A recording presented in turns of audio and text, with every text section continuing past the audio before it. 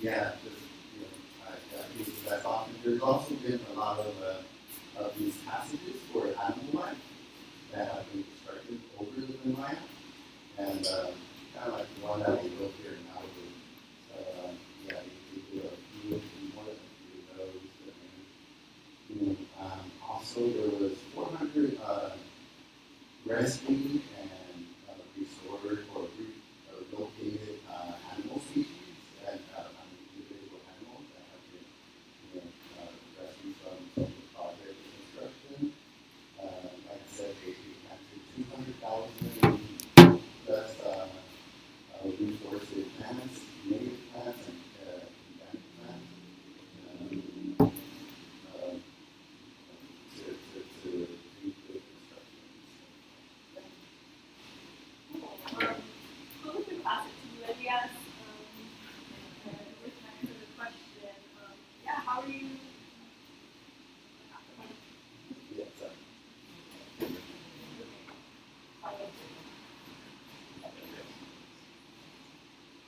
Okay, so I know you are in Bolivia right now.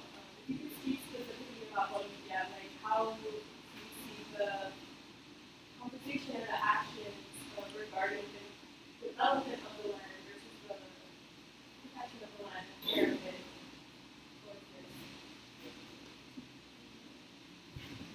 I mean, that's kind of been this critical juncture within Bolivia, especially since 2011, when there was a huge national mobilization against the construction of the Ignis highway that would run through um, formerly a national park, then turned into indigenous traditional land, which is called Tierra Comunitaria de Origen.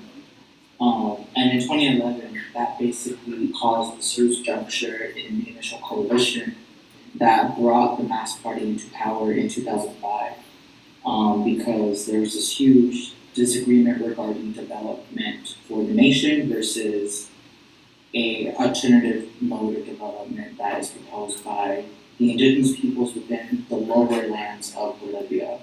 And I think that's also the most important thing to take away from this as well is that even indigenous people don't fully agree with this whole debate regarding development, especially with regard to the Bolivian situation right now with lithium, hydrocarbons, things that have been like very important parts of I guess the national project of MAS. And I think kind of just to like inform people about the background of all this. There's this idea called Buen Vivir that is not just merely in Bolivia, it's something that has been spreading across the region for a couple of decades now. But I think something that helped me understand it the best was when I met with one of the former senators from the Mass Party who was basically describing Buen Vivir as this idea that we want to live well, we don't want to live better. And that kind of like, took me back at first because I was like, like when you grow up within the United States, like we're always talking about, how can we progress, how can we grow, how can we do all these things. And she just had this understanding that like, well, I just want to live well. I want to have a dignified life. I want to have dignified housing. I want to have access to food that's affordable. I want clean water. Like I want all these things. And so that's kind of the background of this whole debate that's happening in Bolivia. Is this disagreement within the whole country regarding like how do we both develop and ensure that everyone gets to develop and to live a good life while also not falling victim to extractivist industries that are polluting water, that are displacing people, that are messing up ecosystems, that are like affecting glaciers that feed the rivers and lakes, of course, within the Andes. And so that's, of course, a very important debate. But I think something that also took me aback was when the Ignis controversy was happening back in 2011, there was also a critique of NGOs and their role in kind of propping up a certain type of conservation that was Western Quarter. That kind of treats the environment as a thing that you shouldn't touch, something that, humans are inherently going to damage when that's just not true, especially when you apply indigenous management practices. That kind of, destabilize that dichotomy that, Western science has kind of propped up, that like, the best way that you conserve land is just by not affecting it at all when, the whole point of land is for people to live on it as stewards to make sure that ecosystems are stable and in place. And so that was also a critique that was happening in Bolivia with regard to people who kind of made it black and white of like, why are these European NGOs coming in and disrupting the national project of Bolivia? Which I do agree with is that like, how are we going to go to another country and tell them what conservation is? Especially because these kind of communities have like, developed their own modes of conservation for basically millennia. So of course it's a very complex topic, and it gets more complex when you consider like these indigenous peoples actually are quite grateful to the NGOs because they help them get their land, formalize it as an autonomía indígena or like a tierra comunitaria de origen. That the NGOs were kind of the technical side and the legal side of helping these communities gain access to these new constitutional reforms that made this autonomy possible. And so it is, of course, just a very complicated situation, but I think ultimately it comes down to the fact that like when you live within a plurinational project, it kind of gets pretty contradictory to make this thing that they call Lo Nacional Popular, like a national project that's based across all these popular sectors, versus like Lo Comunitario Popular, which is this more recent idea of understanding like how do you make a communitarian type of popular project that gives economic sovereignty to people that may not be contributing to national development. And so that's kind of, I guess, the main argument happening in Bolivia right now is how can you ensure indigenous autonomy and also reconcile that with possibly not being aligned with this project of national development. Because ultimately, like, these indigenous peoples both love Bolivia, but they also understand it as a state that is laying claim to their land and their subsoil rights, whether that be water, hydrocarbons, etc. So, of course, it's very complicated, but it's nevertheless very important that all these organizations still stay committed to the fact that they cannot lose power to the right wing. And they're going to commit to struggling through those contradictions because they know that if any sort of right-wing movement that is based here, primarily where I'm at in Santa Cruz, comes to power, then they will totally destabilize the proceso de cambio that has started there since Evo Morales gained power in 2005. So, there's contradictions like everything else, just like how every other panelist has been talking about. But I think the most important thing is that these indigenous peasant movements are committed to the fact that they can't lose power to the fascist right wing that is surging right now, and they'll do everything in their power to ensure that. So yeah. Yeah, if I could ask you, are you aware of any like local ways that have been instituted, like for like water protection and land protection?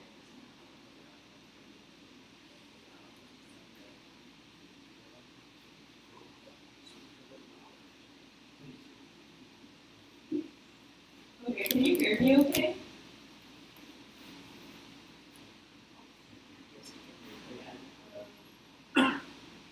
Oh, are you aware of any wins that locals have made in the fight for water protection and land protection?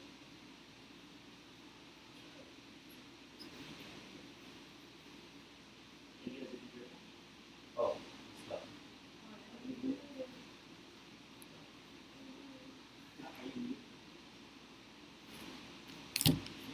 Oh, I can't believe it, I'm sorry. No, yeah, can you repeat before water and land protection? Yeah, if you're aware of any local wins, like if there have been any achievements, like moving forward, protecting certain waterways or a forest and land. I mean, that's there's actually like been a lot of studies regarding like what is the strength of the Atacama area they're in. They actually showed that when you give indigenous people both like high, like secure tenure rights, and not merely that, but you put it in collective ownership, it allows them to be able to mobilize against land grabbing agents such as like cattle ranchers, loggers, people who notoriously are kind of encroaching on these lands. They showed this comparative study between Paraguay, northern Argentina, and Bolivia, the Bolivian Chaco region particularly.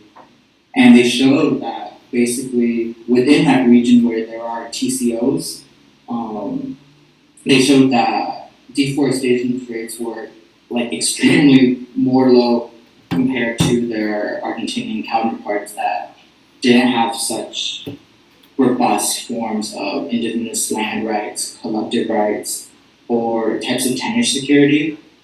But I think the most important thing out of that is that it wasn't just like the legal side that helped protect the land, but it was also like the organizational capacity of the people that live there. The Guarani particularly within the Chaco region of Bolivia are one of the most organized populations within the country. They were actually one of the first ones that formalized an indigenous autonomy back in like 2015, 2017. Because of that kind of basis of collective organization that they've had since like 1986. And so, we can talk all about, the importance of constitutional reform, legal avenues to ensure that there's indigenous autonomy and collective rights. But ultimately, what is most important is that people are organized to be able to access those kind of legal avenues, because the way that they're able to protect themselves is the fact that they have like these subcommittees and like an entire assembly that basically constructs the Guanadi territory. And I think that's also an important takeaway when we talk about like plurinational states, plurinational constitutional reforms, is that like, the effectiveness of them are only as effective as the kinds of collective organizations that exist in those territories. Because without that, then you just kind of have like a legal title there that are just words on paper, but that kind of won't mean anything unless you have your community ready to like act on that and be able to sue, be able to fight back, et cetera, et cetera. So that was one thing that I could see like how extractivism was like effectively fought by those kind of both organizational things and also legal things that Bolivia has solidified. And with regards to water, I'm actually not quite familiar with that. I'm actually more familiar with the bad things of like how the glaciers are melting. So I'm sorry about that. That's okay. I would like to ask, you've used this word plurinationalist a couple of times. Could you just offer the room the definition of what that looks like in Bolivia? So plurinationalism, I mean, there's a lot of debates right now regarding it, but I guess like a good definition to start off is that instead of having like one nation, one state, you actually understand that whatever kind of polity that you're talking about has multiple nations within it. So in Bolivia, there's now 36 recognized nations. Now after the 2009 constitutional reform, similarly to Ecuador, that actually passed a year earlier. But currently, right now, a lot of, I guess, thinkers and movement leaders within the plurinational movement are kind of thinking about like the limits of a plurinational state and whether plurinationality is even possible within a state framework. And I guess that was what I was referring to in earlier when I was talking about lo nacional popular versus lo comunitario popular, is where they're kind of grappling with the fact that like, or when we talk about plurinationality, are we talking about like just a legal document that recognizes us as like these autonomous nations within a place? Or is this something more deeper regarding like how do we organize our communities ourselves so that we can produce that kind of citizenship amongst ourselves to see ourselves as sovereign and argue for it? And so that's kind of the stage that plurinationalism is now. You know, it's been about 15 years since like Bolivia and Ecuador have gone onto this trajectory. We've seen Chile has recently rejected it. Guatemala is kind of struggling for it. And so these kind of things are kind of always changing, but at a baseline, I think for us as like North Americans to understand it, it fundamentally is undermining our understanding of like one nation, one state, one culture. And basically it's telling a more realistic depiction of like what people are, what societies are.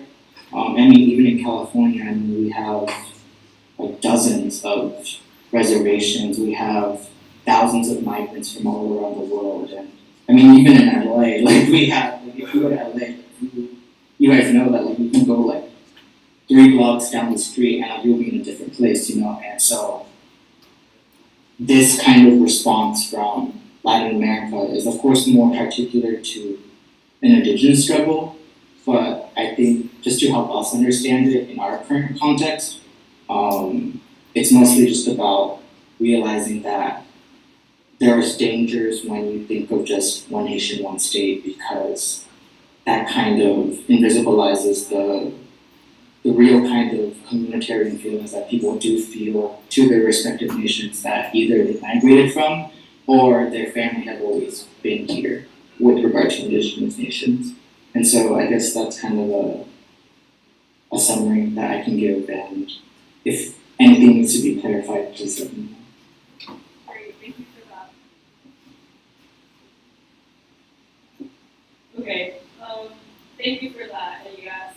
I'd like to ask you the next question. Thank you all for your answers so far.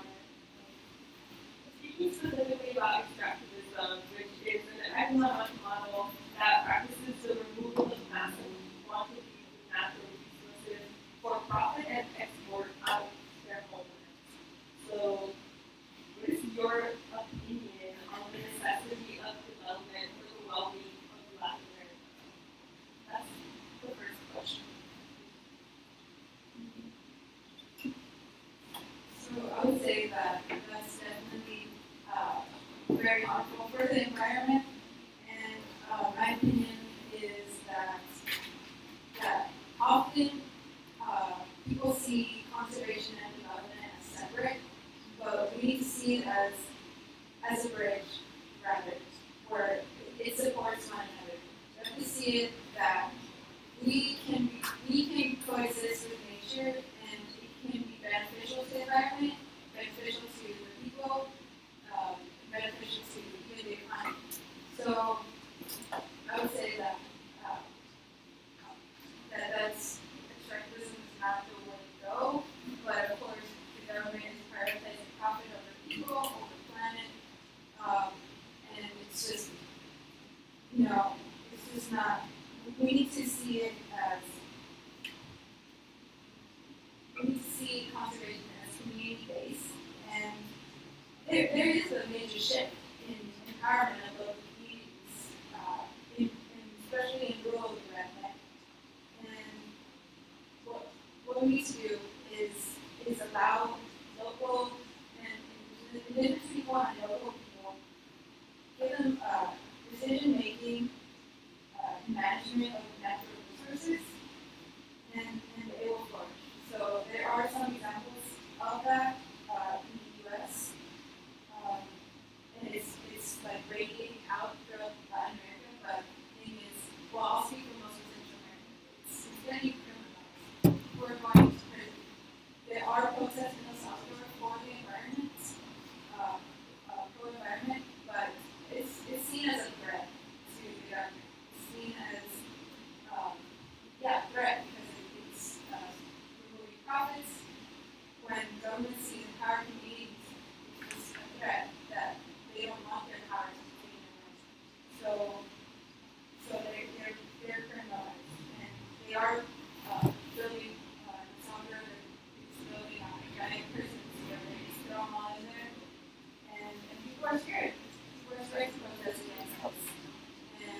what they're still doing, which is amazing and great.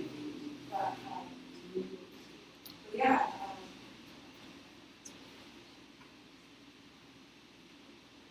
So I'll just touch on that. I'll talk more about solutions at one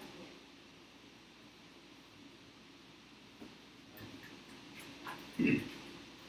With respect to Morena, I think it's also very complicated because being such a big country, having such high demand and consumption of these fossil fuels and extracted these materials, that what they're mostly focusing on, I would say, is bringing those resources from a local place, which is the petrol that is being produced in Mexico, which used to be 90% imported. Now it's only 10% imported. They've been focusing on building and buying refineries to refine their own petrol. They used to export their raw petrol oil to the United States and to get it refined. As AMLO sometimes says, we were selling oranges and buying orange juice. So it isn't making much sense. It's not. I would say it's not so environmentally focused. I would say it's not environmentally focused because the importation of these materials also contributes to the problem. I think the purpose of using these materials locally and internationally is to benefit the people, so making it more of a egalitarian and social benefit instead of only benefiting those companies, because after all, Mexico does have its own oil company and reserves. It's a really big company, but it's owned by the Mexican government, and now that Morena's in power, those discounts and benefits will go to the people. There are also lithium reserves that have been discovered around the Sonora area. I think there is plans to exploit that. And luckily it's not a very highly populated area, but I think looking towards the future, if we don't reduce the land, then we have no other choice but to replace fossil fuels if we're not to use up all fossil fuels and bring climate change faster. So it's a temporary fix. I think personally, that a good midterm and long-term solution would be to promote less consumption of these things. I think you could say that about Mexico, but if we are going to talk about these things as an activist in the first world in the United States, I think we should focus on bringing those types of thinking and policies to these types of countries first. After all, we consume way more than any other country here in the United States. With 4.3% of the population, we consume about 25% of fossil fuels. We produce about 25% of waste in the world. So, I think sometimes we do, try to conserve what we think, is other places in the world. But once again, as an activist in the first world, that sometimes can come off as paternalistic or chauvinistic. And not to say that it always is, because we should, think logically about these situations and problems, but we also have to recognize the activities and the demands, the social demands of people. So, yeah, that's leave it there.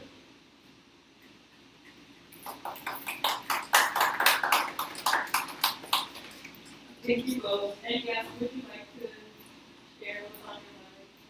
Any questions?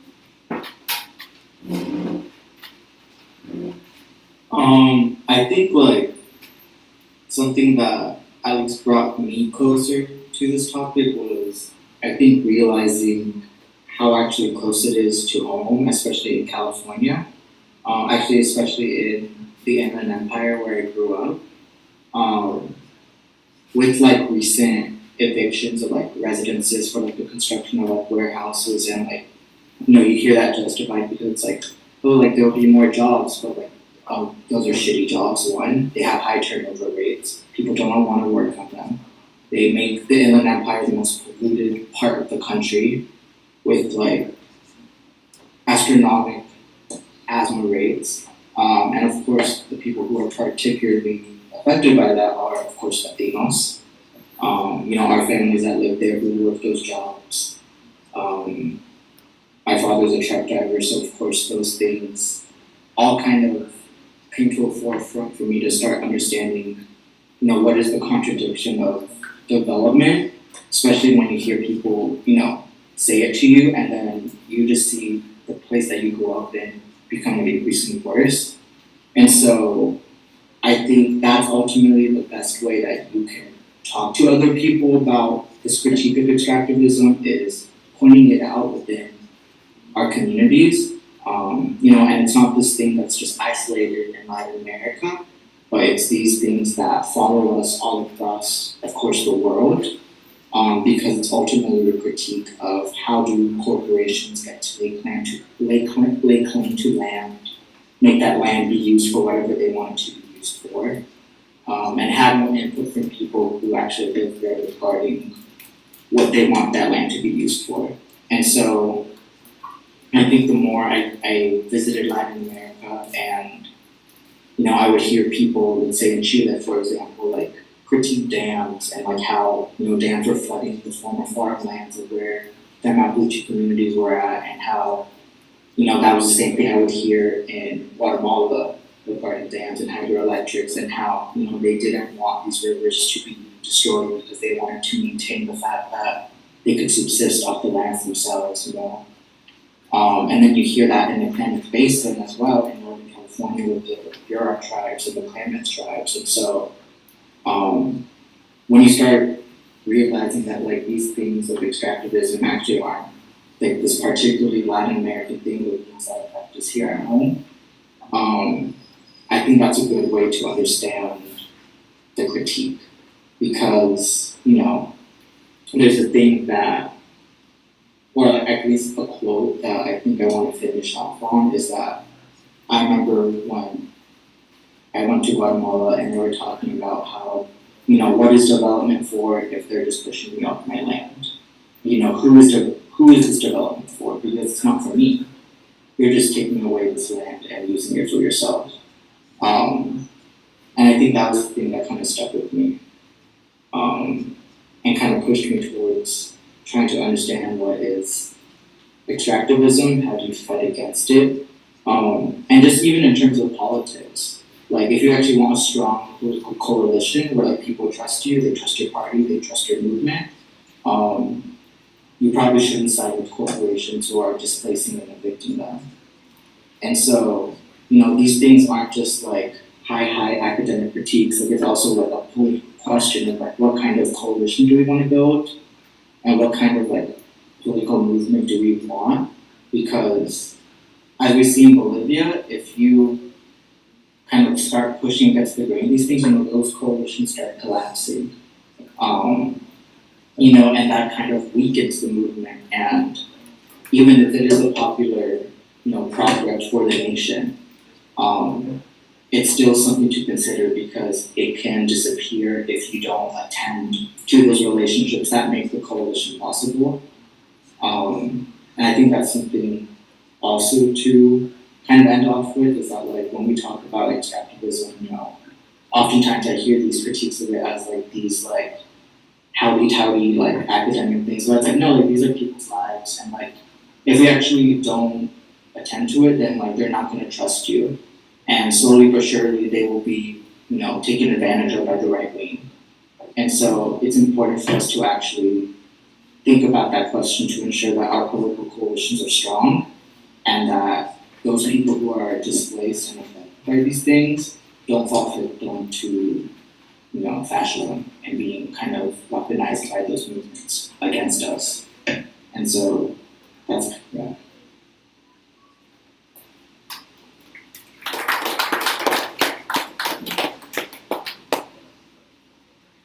Thank you all. So for the last question, I'd like to ask, with all due respect and honor to the indigenous people who steward the land we're speaking on and working on, how can we, like, collectively ensure that their sovereignty of the land is respected and uplifted?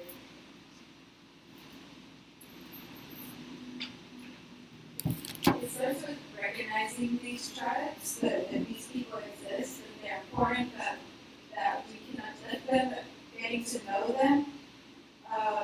True climate resilience includes engaging with communities to integrate scientific indigenous knowledge. So, empowering them because they're original stewards of the land. So this, I would say this,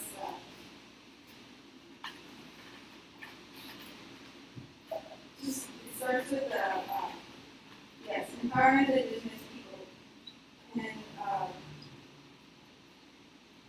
kind of learning what they do, in their own territories, because like Elias was saying that each land is different, each country is different, each tribe is different, so they know their own land, and so we need to recognize that, and the government needs to recognize that, the people in power need to recognize that, so that we can find a balance and address climate change and just reimagine social and economic systems. And I also want to say that we need to recognize the power of intercultural knowledge and share it, and local participation in monitoring and resource management. Research networks and social movements in providing access to information, decision-making processes, we need to include them in empowerment and prioritize them, uplift them, and we created innovative rights-based and market-based incentives. So the next steps is continuous evaluation and adaptation of these strategies, and just careful analysis of best practice, because climate change is rapidly changing things in Latin America. It's displacing people. It's just wildlife aren't able to adapt as quickly as Latin America's climate is changing. So that continuous evaluation and empowering the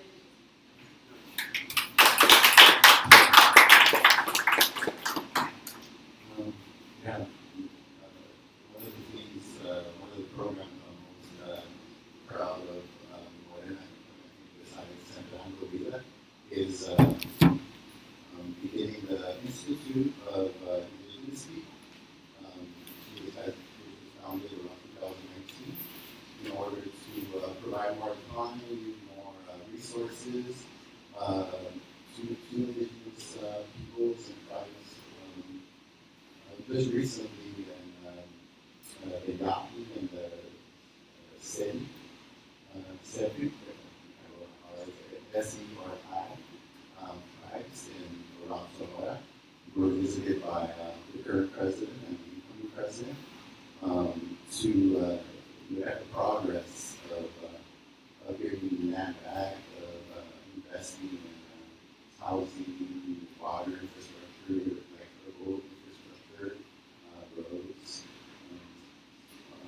even medical facilities. We have been, steadily received about 20,000 hectares back, and we have about 2,000. And the Institute has been doing great work through all of these years.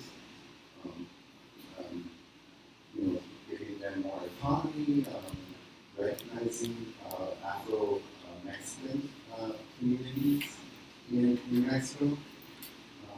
And yeah, we have plans to do the same.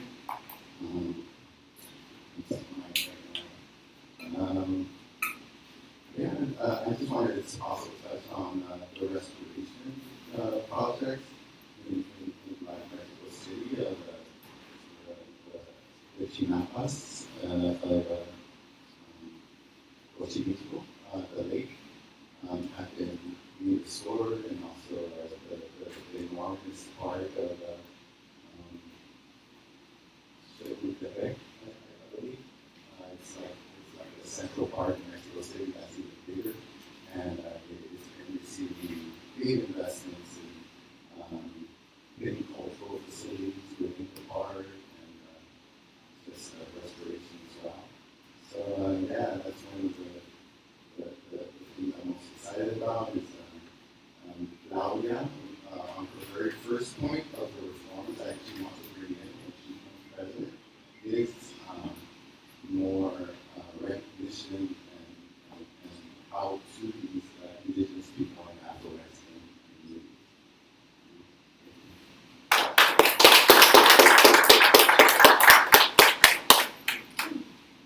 Can I pass it to you, Elias?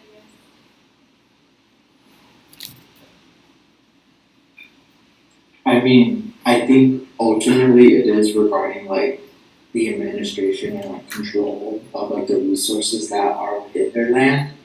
And I guess that gets difficult, of course, when you know the management and control of those resources may kind of conflict with national or like state development goals.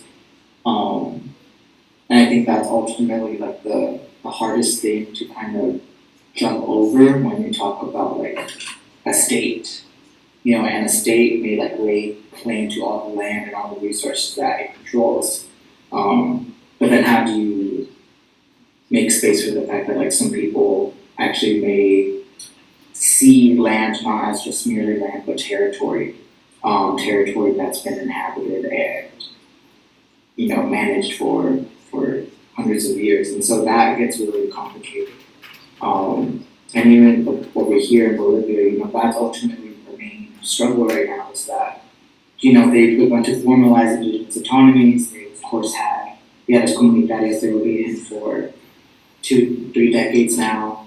But the question of subsoil rights is the most complicated part of this whole thing is that the state lays claims to those things. And that's a very popular idea in Bolivia, of course, because that idea sprouted out of a huge national mobilization for the nationalization of, you know, natural gas in 2003 to 2005.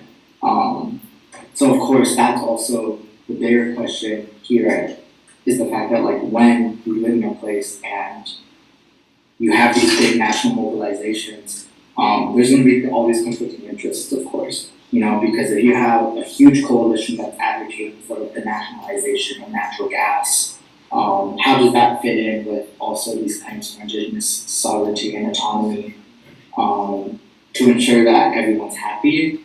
And of course, a lot of people are going to get unhappy when you choose the nationalization of natural gas to meet the demands of like a major social uprising.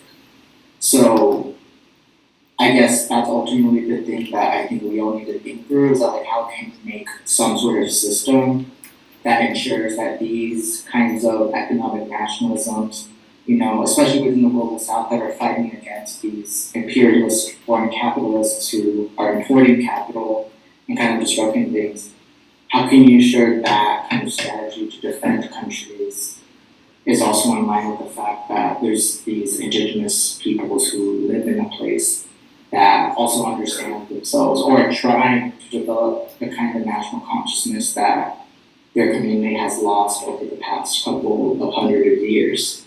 And so that's, I think, a question that none of us have really answered. And that's ultimately, I think, the whole point of what this panel is all about is like how do we kind of struggle through that and make sure that we can construct some sort of equitable system where you can align those things.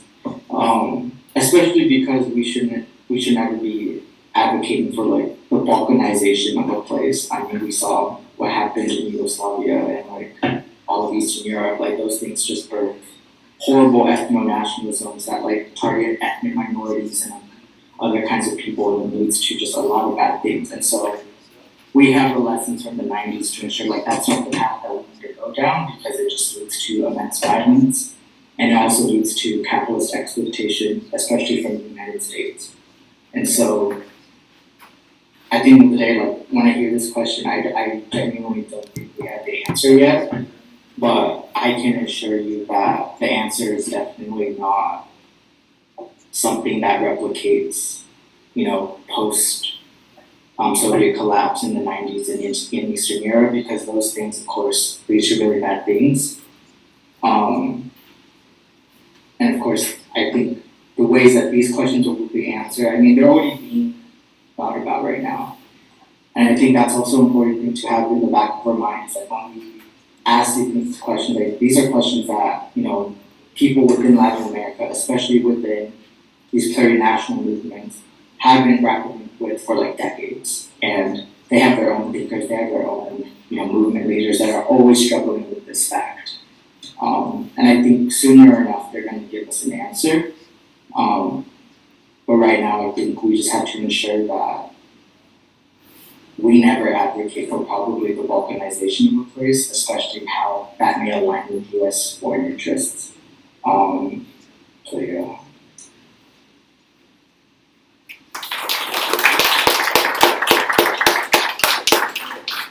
Thank you all for sharing. Yeah, we do have time for about 2 or 3 audience questions, if anybody has a question. I have a question on their mind. Would you like to ask that member? Yeah, I would like to ask how, and thank you all. I'm a high school teacher, I've been a middle school teacher. How are the youth in each of the 3 countries that you're talking about being involved in this, and are they, or are there ideas to do it better? And what are they about? What do they add to the agenda when they are involved?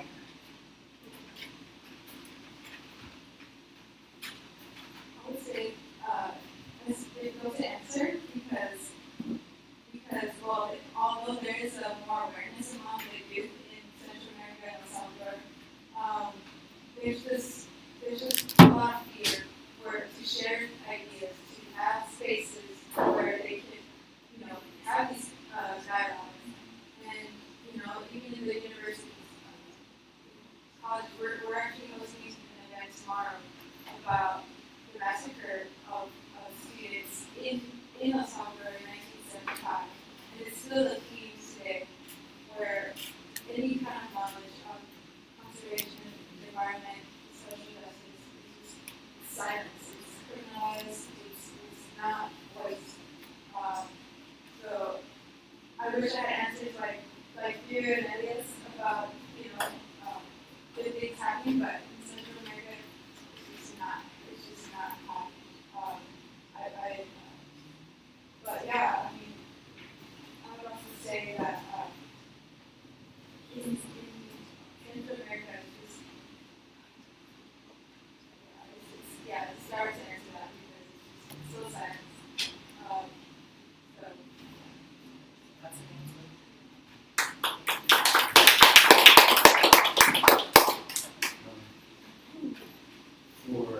For Mexico, there has been a lot of investment in the youth. Given the history of cartel violence, there has been this implementation of different programs under a saying that the current president says, which is abrazos no balazos, love is not bullets. Some people have misinterpreted that to say, how are you going to give cartel members hugs? What he means is that we're going to give the love and the place to the youth in order to prevent them from joining cartels. And doing so that, they've been giving grants, educational grants, they've been giving business loans, they've been giving just yeah, just higher education, they're trying to make it free for anybody that wants to, even in the rural communities. Historically, even recently, as board of this president, it's so difficult to, even if you have grades, to reach higher education, to afford to go to a university or college. So these are really inspirational things, and the current president speaks about how he wants the youth to lead it. He wants the people to he's nothing without the people, as he says. And it's really encouraging. Even during recent demonstrations, he hasn't come down hard on protesting. He speaks himself in the morning, as he does Monday to Friday every morning, about how he's actually on their side and stuff like this, which is very strange to listen to any politicians speak. So, but the environmental side, I would say that just and how the youth and I guess the San Bernardo Vida project, once again, it's a great project. He's been employing through the government thousands of youth to restore cases in Mexico, and I think there's more to come in the next presidency. Great, and we ask someone has a team. The involvement of the youth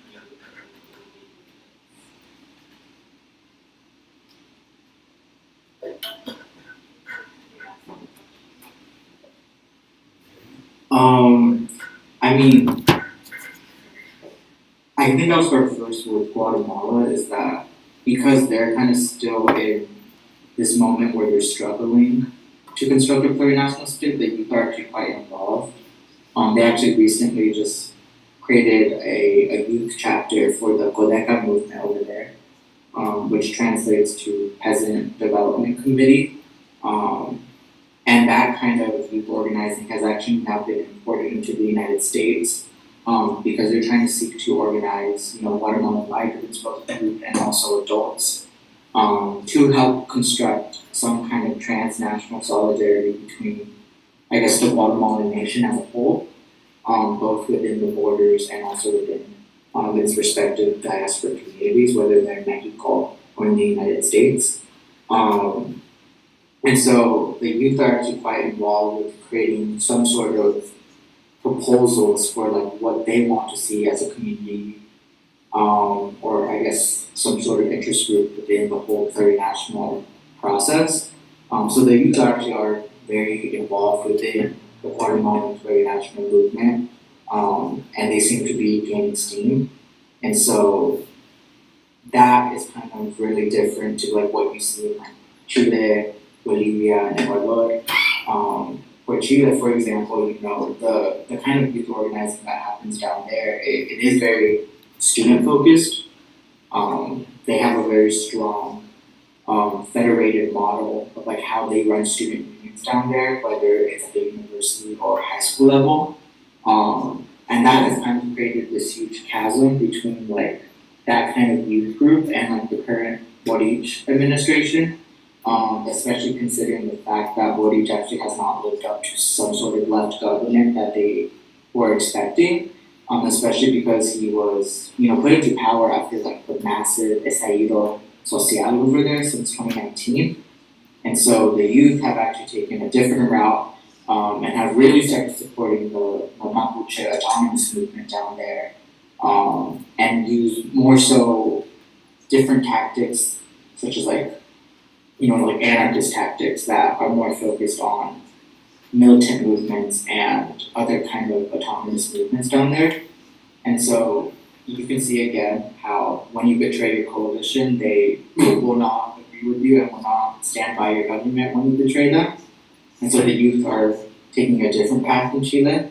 And in Bolivia and Ecuador, which are two of the established plurinational states, it gets quite complicated because now the youth are understanding the mass party to be some sort of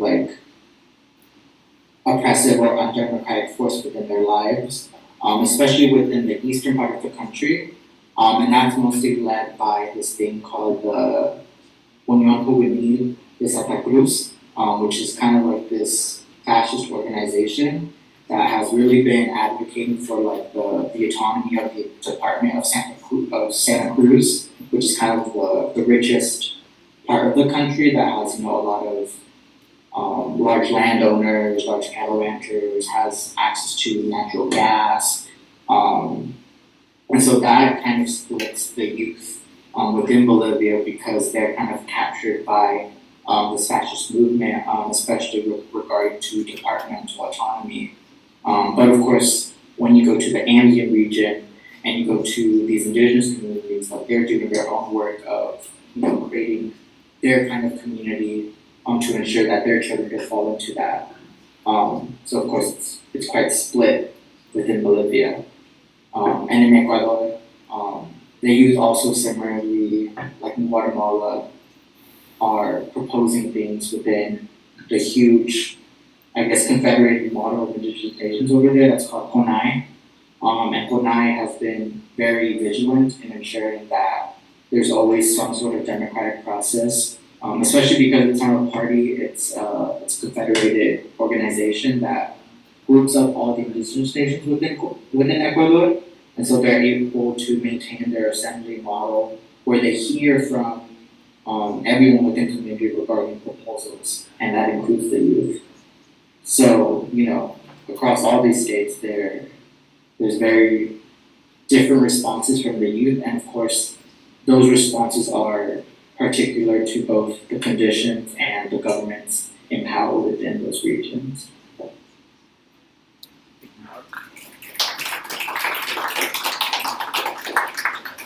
ahead, Mark. I got a loud voice, I'm a teacher. First of all, thank you very much, panelists, for all the work you did, the research, the education. I found it very informative. And I want to thank Midnight Books and Gabe for inviting the LA Hands Off Cuba Committee here. We have about half a dozen people here and people on the panel tomorrow. I want to add one thing about a country that was not mentioned, which has successfully carried out an agrarian reform and is carrying out a massive transition given global climate change under what they call Tarea Vida, and that's Cuba. And no reform is guaranteed unless there's a socialist revolution. I hate to break that to people, but that's the reality. The reforms in this country, abortion rights are being taken away, voting rights, etc. The reforms in Mexico, nationalizations, the return of China to capitalist enterprises, right? Things like that. So you need a revolutionary leadership, and you need that alliance of the campesinos, the peasant movement, the workers' struggle, with a revolutionary movement to guarantee these things. So while we salute all of these struggles taking place, the bottom line is reforms are very important, but they are not guaranteed until we get rid of capitalism, right? But that's the bottom line, to successfully defend the reforms that we want. And I urge all of you to check out the table outside, and above all, to come to Cuba with us next April. A delegation sponsored by the Cuban Trade Union Federation. Sign up on the mailing list, talk to some of the people here who've been to Cuba, and add that to our discussion about the battles taking place in the Global South.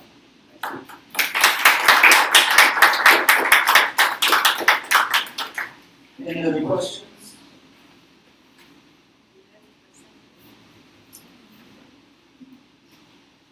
Cool. Well, if you don't mind, I'm going to talk for a minute. So we're all here in Southeast LA, and we're talking about things like extractivism. We're talking about warehouses, train tracks, factories, deforestation, like cutting down trees, like that's all happening right here, like right outside. So I'm like, how can we collectively like participate in local like economies where we aren't like consuming more than we need, we're rescuing food, we're mending our clothes, we're washing our clothes with the homies, right? So I just want to uplift a couple of spaces in that school. All very local, going to be happening this room sometimes. So Radical Sewing Club would recommend come through. It's on Wednesday evenings, right here in this room. They're going to bring your clothes, bring something with a hole in it. I'm sure you have something. I also work with the compost hub. We get all of our food waste and we turn it into compost, and then we give that to people to grow their gardens, to grow food. Come through, we're out there in Bell Friday nights, and also at the HP Farmers Market collecting their food scraps. If that makes sense, interesting, contact with me. Semilla Sustainability Clothing Swap. She organizes clothing swaps right here, locally in Stella, in Long Beach. Pretty great. You can also it's not hard to organize a clothing swap. More people should do it. Just get your friends, get people around you, bring your clothes together. And I'll always up with food recovery and redistribution. That happens here with my friend Stella, Food Mount Columns. So it's happening to your community. It's all happening right here too. It's happening everywhere. So I have a quick question. Any timely or anything time sensitive issues that we need to take care of via environmental justice work? That's what that's already doing, right? Community members, anything that's time sensitive that needs support. Yeah. One thing in particular for many, I would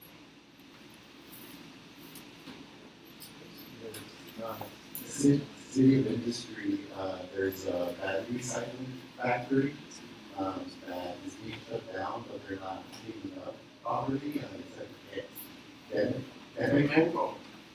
Demeco, you can look that up. It's a fight that community members are organized with on. So, you can get back to me or JP over here. Yeah, I wanted to add the Party for Socialism and Liberation has been very involved in that struggle, and they're tabling outside, so you can ask them about it as well.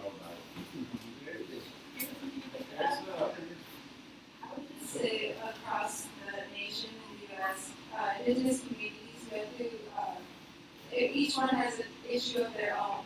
And I know that some of them, there's stadium mining, there's displacements, women are missing and murdered. I think that's very urgent.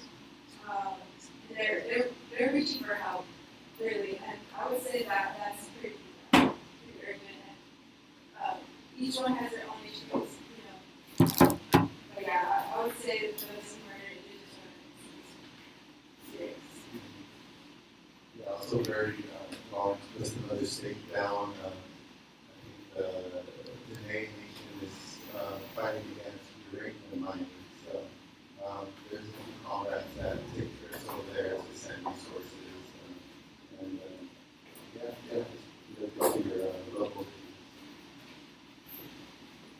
not that I'm on this panel, but I'm going to say things happen really fast around here. Local governments move at hyper speed. Things happen, you don't even know that it already went through. Just when you're city council and meeting agenda, you don't have to show up. Just look at what they're discussing that week, that month, and things happen fast. That moves fast too. And anything pressing, urgent you'd like to share, involved in.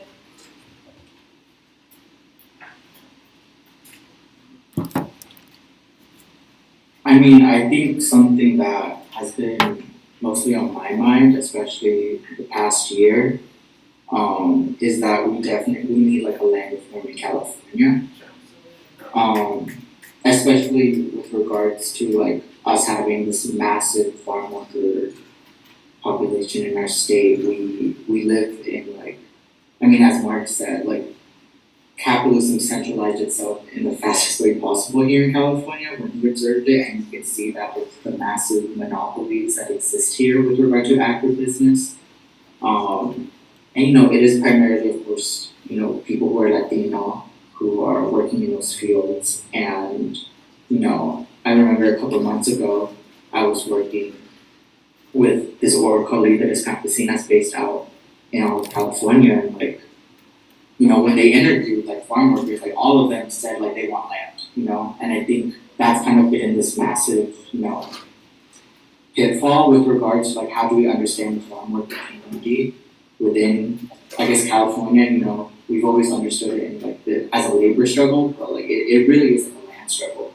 It's a land struggle where people do not want to be subjected to pesticides. They don't want to work long heat exposure hours. They don't want, you know, all of these things. Like they want to just be farmers themselves, where they can produce food for both the communities that they live in and also for themselves and their families. And when I think about that, like that's how I define revolution, is like how do you actually find the social antagonisms there within our state that actually would ignite something. And so when I think about urgent issues, I think that's probably the most important thing that we should be thinking about as Americans, is that when we think about Latin American solidarity, like it, you know, Latin Americans, they got it down. Like they have their movements, they're ready to defend their lands, their territories, their rights. And what they're waiting for is for us to start a revolution in our country so we can create a popular government that doesn't destabilize them and their movements. And so when I think about Latin American solidarity, that's what I mainly think about, is like what can we do to kind of ignite and orchestrate those things within our own respective country, because I think that's ultimately the best kind of solidarity that you can actually deliver to Latin America, is to undermine the power that the United States has over that region. And luckily enough, when we think about the social actors and subjects within our country who are more apt and most apt to engage in that kind of revolutionary struggle, I mean, it's people who are Latino like ourselves. And that's because of a lot of factors, whether it's our class status, whether it's our citizenship status, whether it's our previous, you know, politicizations with like what is agrarian reform, you know, how all these political traditions that we're already acquainted with, because that's kind of what you grow up with. Like I'm when I think about that, for example, like I'm thinking about how I can talk about like La Reforma Agraria with like my parents, and they know that because they're taught that in school, because they grew up in Mexico. And that's not just my parents, that's everyone who's been educated within the Mexican education system. And you know, all those things are already there for our taking, for us to not merely, we don't even need to get to the political education part. Like people are just hoping that there's some sort of political program there that would institute that kind of stuff here in the state of California. And so when I think about an urgent issue, that's the first thing I think about. And especially when we think about extractivism, I'm like, the best way that you can fight against corporations buying up land and displacing people is giving land to people and ensuring that they have tenure security, that they have, you know, titles, that they have land rights, that they can defend themselves with. And so that's kind of been a big thing that I've been very passionate about the past year, with my work with farm workers in the state of California, with my working group. So yeah, I think that's definitely the thing that's closest to my heart. Well, thank you, Elias, and thank you, Daniel.